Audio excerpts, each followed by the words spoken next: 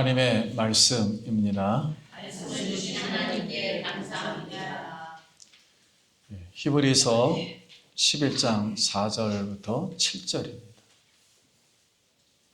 4절. 믿음으로 아벨은 가인보다 더 나은 제사를 하나님께 드림으로 의로운 자라 하시는 증거를 얻었으니 하나님이 그 예물에 대하여 증언하심이라. 그가 죽었으나 그 믿음으로써 지금도 말하느니라. 믿음으로 에녹은 죽음을 보지 않고 옮겨졌으니 하나님이 그를 옮기심으로 다시 보이지 아니하였느니라. 그는 옮겨지기 전에 하나님을 믿지 않는 자라 한 증거를 받았느니라. 믿음이 없이는 하나님을 기쁘시게 하지 못하나니 하나님께 나아가는 자는 반드시 그가 계신 것과 또한 그가 자기를 찾는 자들에게 상 주시는 이심을 믿어야 할지니라.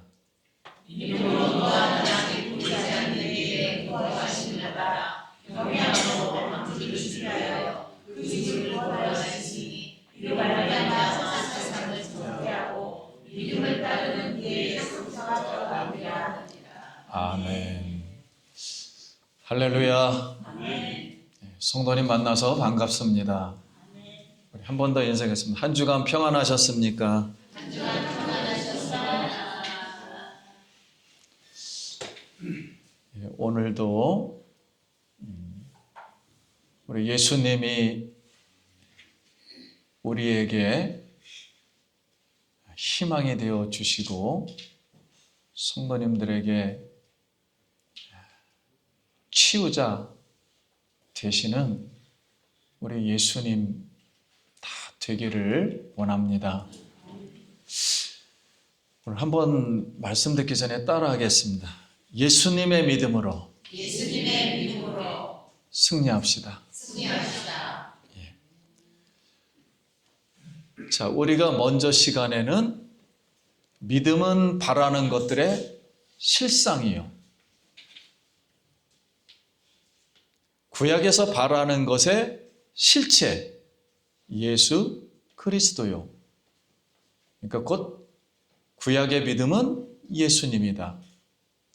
보이지 않는 것들의 증거니 신약을 말해요. 하나님의 나라는 안 보여요. 안 보인 그분이 보이지 않는 것들의 증거니 육신으로 와서 하나님을 보여주었어요. 그래서 두 번째 거는 신약을 말합니다. 그러므로 믿음은 곧 누구다? 예수님이다. 자, 이 히브리서에서 말하는 믿음의 본질을 우리가 배웠어요. 그럼 이제 오늘은 이 믿음의 선진들 중에 오늘 아벨, 그 다음에 에녹 두 분에 관해서 오늘은 배우도록 하겠습니다. 그들이 가지고 있었던 믿음은 무엇인가? 우리 첫째 아벨의 믿음입니다. 11장 4절. 믿음으로 아벨은 가인보다 더 나은 제사를 하나님께 드림으로 의로운 자라 하시는 증거를 얻었느니라. 하나님이 그가 그 예물에 대하여 증언하심이라. 그가 죽었으나 그 믿음으로 지금도 말하느니라. 우리 성경의 기록으로 인류 조상인 아담과 하와가 처음 낳은 아들이 가인과 아벨입니다. 그럼 가인은 농사를 짓는 농사꾼이 되었고 아벨은 양을 치는 목자가 되었습니다. 그런데 창세기 4장 말씀에 인류가 죄를 짓고 나서 첫 번째로 하시는 본문이에요. 바로 세월이 지난 후에 이렇게 이제 나옵니다. 그러면 여기서 세월이 지난 후니까 아마 언어로 추측했을 때 100세 약간 미만 되는 것 같아요. 그때 어느 날 제사를 드렸다 그랬습니다. 드렸다. 이 말은 계속 뭔가 해오긴 해왔어요. 그런데 우리가 성경을 좀 주의 깊게 봐야 할 말씀은 4장 1절 말씀에 가인을 낳고 이르되, 그러니까 아담이 하는 말입니다. 가인을 낳고 이르되 내가 여호와로 말미암아 득남하였다 하니라. 근데 우리가 이 문장을 보면은 굉장히 하나님께 감사하다는 그런 문장으로 들려요. 근데 성경은 그걸 설명하려고 한 게 아니에요. 누가? 내가. 내 힘으로. 내 육체로. 그걸 하나님은 그냥 빌려온 겁니다. 이걸 어떻게 할 수 있느냐? 4장 25절에 이 말씀을 마무리하면서 아담이 다시 자기 아내와 동침함에 그가 아들을 낳아 그 이름을 셋이라 하였으니 이는 하나님이 내게 가인을 죽인 아벨 대신 다른 씨를 주셨더라 그랬어요. 그러니까 인간의 힘으로 난 아벨, 육체의 힘으로 아벨을 죽였어요. 의로운 사람을 죽였단 말입니다.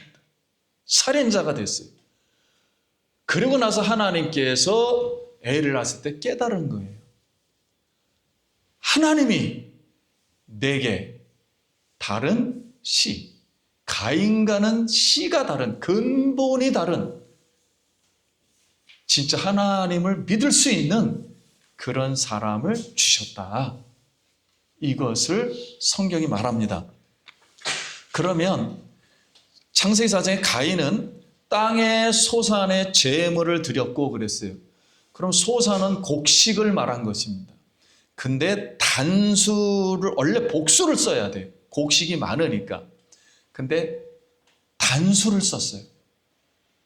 단수를 쓴 이유는 땅에 기름져서 곡식을 많이 여러 번, 여러 종류로 드려야 되는데 아마 가인은 한 번, 한두 개씩 가끔 제사를 이렇게 드려온 것으로 추정할 수 있습니다. 그러니까 예배는 드리긴 드렸는데 제사를 자기가 하고 싶은 대로 가끔 가다 한 번씩 한 거예요. 자기 마음대로. 근데 아벨은 양의 첫 새끼들과 기름으로 제물을 드렸는데 그런데 언어로 복수를 썼어요. 척박한 들에서 양은 한 번에 한 마리만 납니다. 그러면 한 마리밖에 안 나는 귀한 양의 새끼를 한 번 제사에 한 마리 양을 드려야 되는데 복수를 써서 첫 새끼들과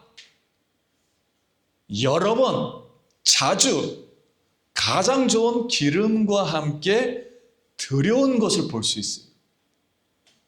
그러니까 이 새끼를 낳으면은 이 새끼가 또 새끼를 쳐야 되는데 하나님께 맡기고 이걸 자주 계속 드렸다는 거예요.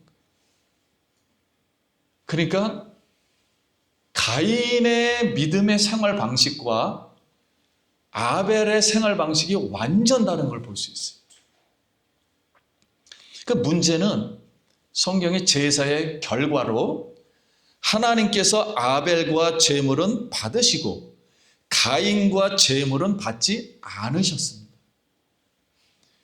무엇이 잘못되었고 그리고 왜 하나님은 안 받으셨을까? 그리고 가인은 자신의 제사를 받지 않는 것을 어떻게 알았을까?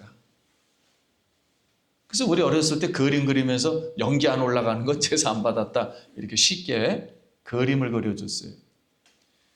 근데 오늘 성경에 보면 가인은 분하여 화가 나서 안 받은 걸 알고 동생 아벨을 들에서 돌로 쳐 죽였다. 그런데 언어로 보면은 고의로 계획범죄를 해서 가장 이거 언제 죽일까? 계속 살인의 마음이 있었어요. 현재 진행형. 그러다가 살인을 해버린 겁니다. 인류 최초의 살인 사건이 형의 동생을 죽인 이 최초의 살인자가 되었어요. 근데 아벨은 호흡, 숨, 허무라는 뜻으로 최초에 아무튼 순교자가 되었고 의로운 자라 그랬어요. 의로운 자가 되었어요. 여기 의로운 자라는 뜻은 인간의 윤리적으로 우리가 잘 아는 윤리적으로 생활을 잘해서 의가 아니라 하나님으로부터 의롭다 선언을 받았다는 거예요. 선하다는 인정을 받았다는 그런 의미입니다. 그럼 하나님은 왜 가인의 제물을 받지 않았을까? 창세기 4장 6절에 여호와께서 가인에게 이르시되 내가 분하여 함은 어찌 됨이며 안색이 변함은 어찌 됨이냐? 내가 선을 행하면 어찌 낯을 들지 못하겠느냐? 선을 행하지 아니하면 죄가 문에 엎드려져 있느니라. 죄가 너를 원하나 너는 죄를 다스릴 지니라. 근데 이걸 신약에 해석했어요. 또 가인같이 하지 말라. 그는 악한 자에게 속하여, 즉 사단을 말합니다. 사단에게 속하여 그 아우를 죽였으니 어떤 이유로 죽였느냐? 자기 행위는 악하고 그의 아우의 행위는 의로움이라 그랬습니다. 그래서 이 성경 말씀이 간단한데 왜 하나님께서 가인의 죄물을 받지 않았는가? 그래서 세 가지로 대부분 해석을 했어요. 첫째는 죄물보다 가인 자신에게 원인이 있다. 그래서 아까 말씀대로 선한 사람이 아니었다. 처음부터 선하지가 않았다. 하나님 볼 때 선하지 않았다. 둘째, 죄물의 원인이 있다. 희생제물의 피를 흘리는 제물에 관심이 없었다. 그래서 곡식만 그냥 드려버렸다. 세 번째, 구속, 속죄에 대한 관점이 없었다. 죄사함이라는 개념을 없었다, 마음속에.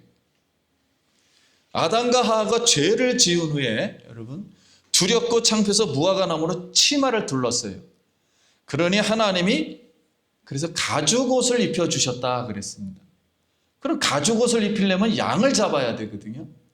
그래서 양의 피를 통해서 대신 아담과 하와가 죽어야 하는 이 피를 대신 양의 피로 가죽옷, 은혜의 옷을 입혀주셨다. 이렇게 성경이 설명한 거예요.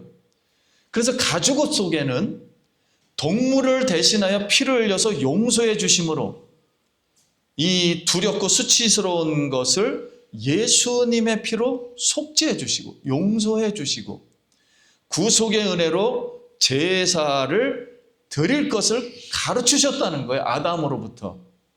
그런데 아담에게 가인이 이 하나님께서 베푸신 의로운 제사, 피 있는 제사, 이 의로운 제사, 즉 예수님의 속죄와 구원의 뜻이 있는 제사의 가르침을 믿음으로 받아들이질 않았다는 거예요.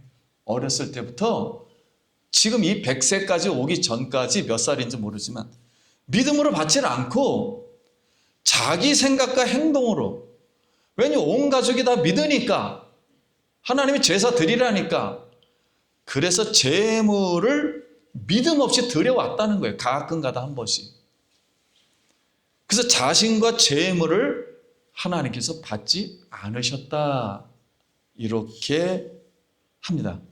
그런데 오늘 히브리서는 아벨은 믿음으로 가인보다 더 나은 제사, 더 낫다는 것은 예수님을 항상 설명해 왔어요. 지금까지. 제사를 드린 것은 장차 오실 예수 그리스도의 속죄와 희생제물을 바라본 의로운 믿음이었다. 이렇게 오늘 말씀합니다.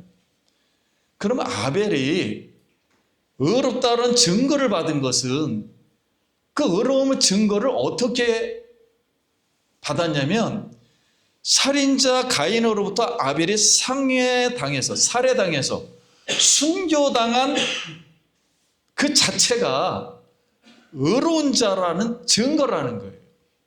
순교당한 그 자체가. 왜냐하면 믿음은 딱 두 개로만 존재합니다. 살인자가 죽인 것은 마귀에게 속한 거기 때문에 살인은 마귀예요. 바로 의로운 사람을 죽여버린 거예요. 그래서 증거를 얻은 거예요.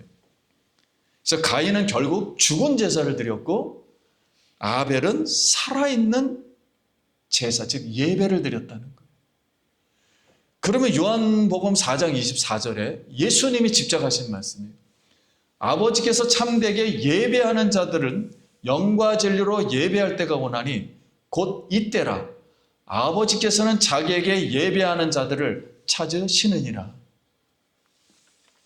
그럼 이 말씀만 보아도 가인은 성령과 진리 안에서 제사를 드리지 못하고 마귀 살인자에게 속하여 거짓으로 제사를 하나님께 드렸다라는 것밖에는 우리가 알 수가 있어요.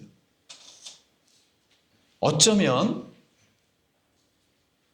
태어날 때부터 지금 그때까지 마지막 이 말씀을 하실 이때까지 그는 하나님 앞에 하나님을 믿을 생각이 없었어요. 그리고 믿음으로 드리고 싶은 생각 자체가 없었어요.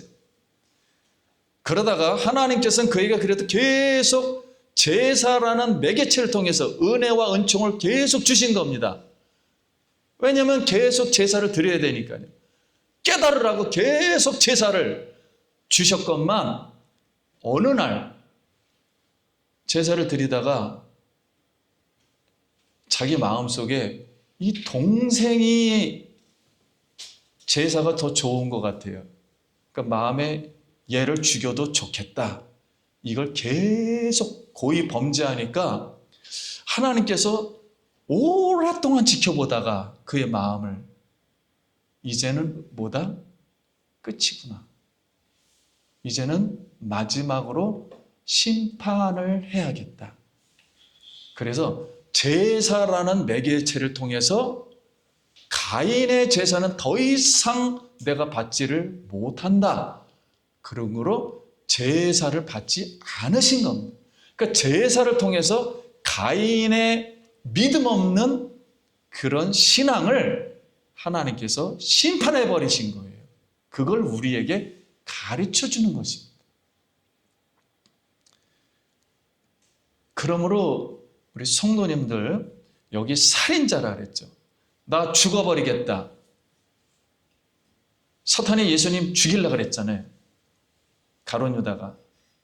귀신이 이미 들어가 있는 상태입니다. 성도님들 이거를 잘 깨달아야 돼요. 이미 귀신이 들어가 있는 거예요.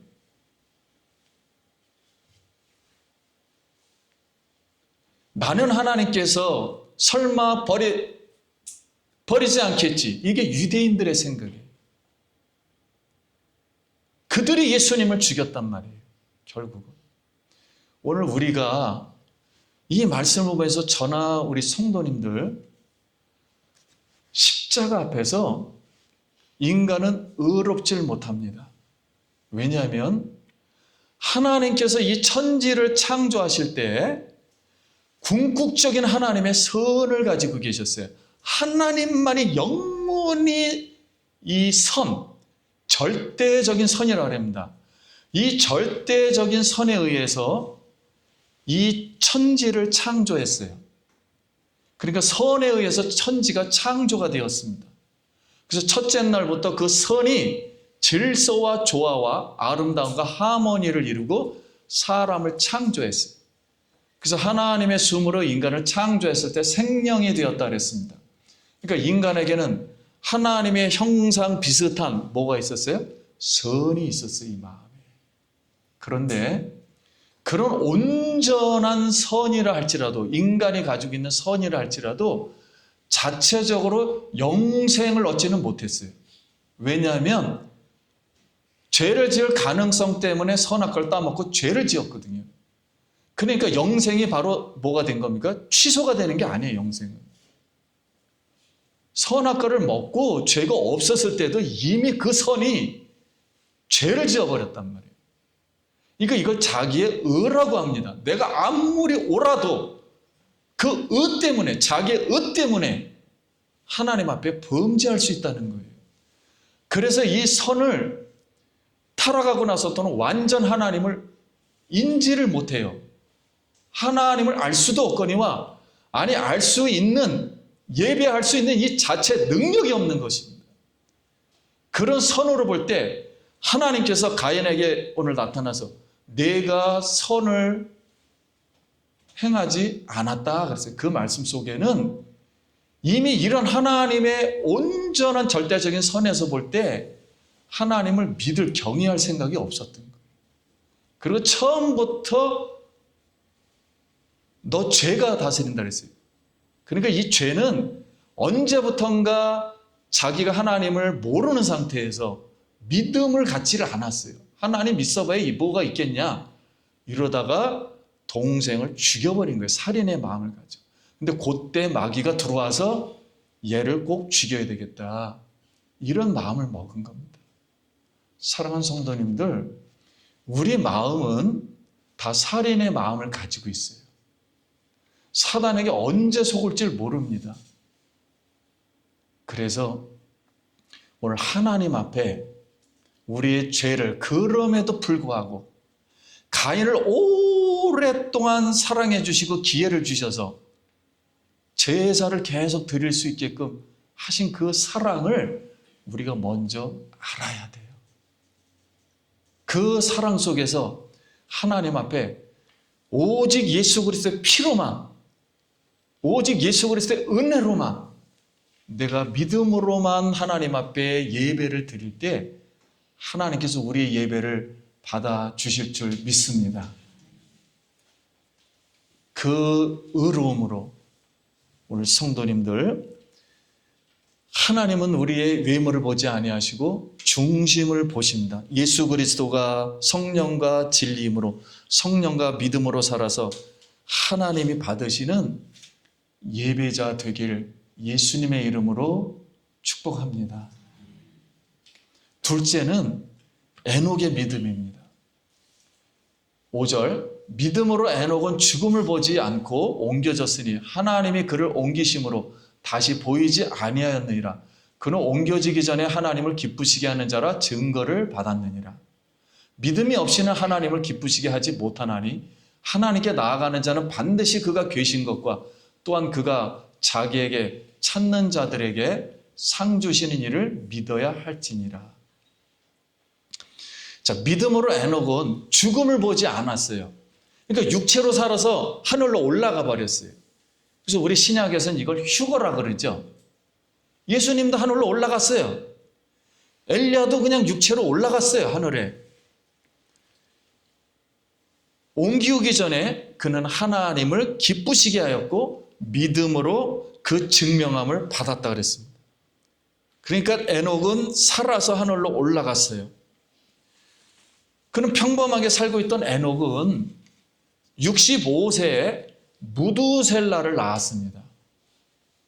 나오는 그때부터 하나님과 동행해서 360년 동안, 365세 적혀있는데 하나님과 동행하는 사람 300년 동안 한결같이 살았어요. 그러면 어느 날 하나님이 데려갈 만큼 왜 이렇게 에녹이 갑자기 하나님과 동행하는 삶을 살았을까 하는 거예요. 근데 그 원인은, 답은 그 아들에게서 찾을 수 있습니다. 무두셀라가 최고 오래 살았어요. 이 세상에서. 근데 무두셀라를 낳을 때 하나님으로부터 음성을 들은 것 같아요. 무두셀라의 뜻이 뭐냐면 그가 죽으면 심판이 온다. 이 음성을 듣고 하나님의 심판을 준비했던 것 같습니다. 그런데 실제 무두셀라가 죽는 해 홍수가 와서 인류가 다 멸망했어요. 노아의 가족 8명만 빼놓고.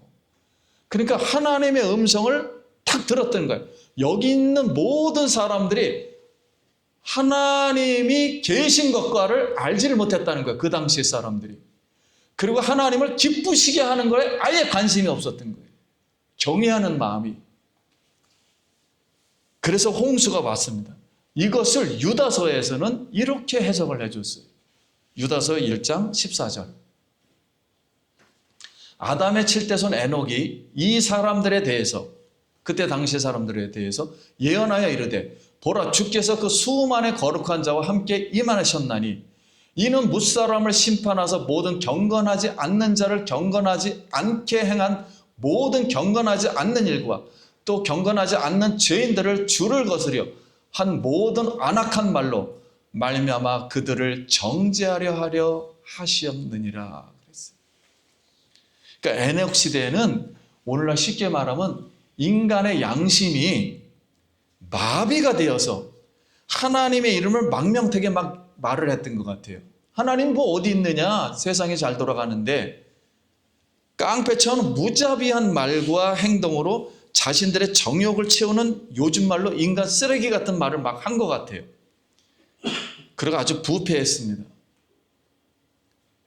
그때 경건하지 않는 걸 말한 거예요. 하나님이 계신 거를 생각을 하지 않은 거예요. 두려워하지 않은 거예요.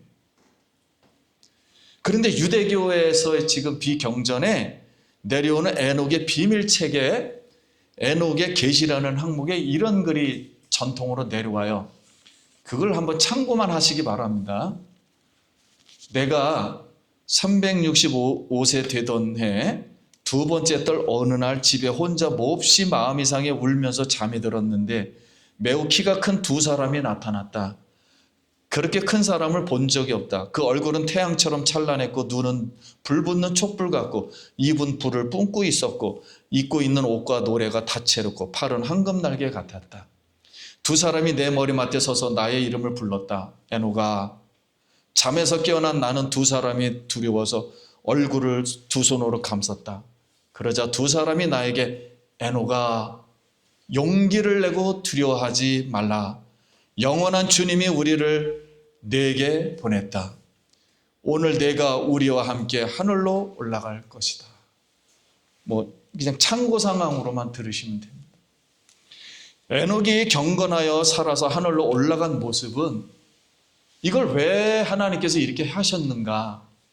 인류가 멸망하기 전에 예수님이 재림하실 때 인류가 멸망하기 전에 구속을 받은 우리 백성들, 예수님을 믿는 성도들이 하늘로 올라가는 경건의 표본을 말해준 거예요.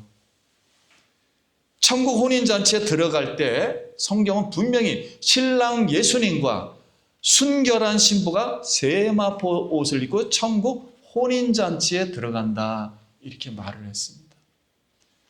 그러므로 사랑하는 성도님들, 오늘 이 말씀을 우리가 들으면서 육신의 정욕, 안목의 정욕, 이상의 자랑으로 가득 찬 악한 말과 행동이 넘치는 세대에서 하나님을 두려워하고 경외하며 오직 믿음으로 하나님을 기쁘시게 하는 자가 되어서 예수님이 재림하실 때 신랑 예수님과 함께 순결한 신부로 우리가 다 천국에 들어갈 수 있기를 예수님의 이름으로 축복합니다. 그래서 오늘 성령이 교회에게 하시는 말씀을 오늘 나에게 우리 모두에게 하는 말씀이라 믿고 믿음으로 우리가 예배를 이렇게 드려서 하나님께 영광 돌리길 다시 한번 예수의 이름으로 축원합니다. 기도하겠습니다.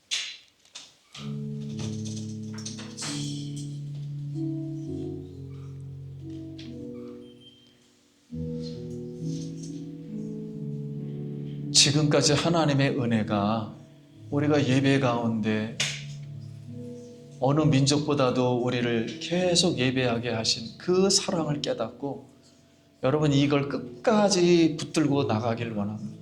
같이 기도합니다. 하나님 아버지 은혜를 감사합니다. 인간의 연약성에도 불구하고 끝까지 예배할 수 있는 은혜를 주신 것 감사합니다.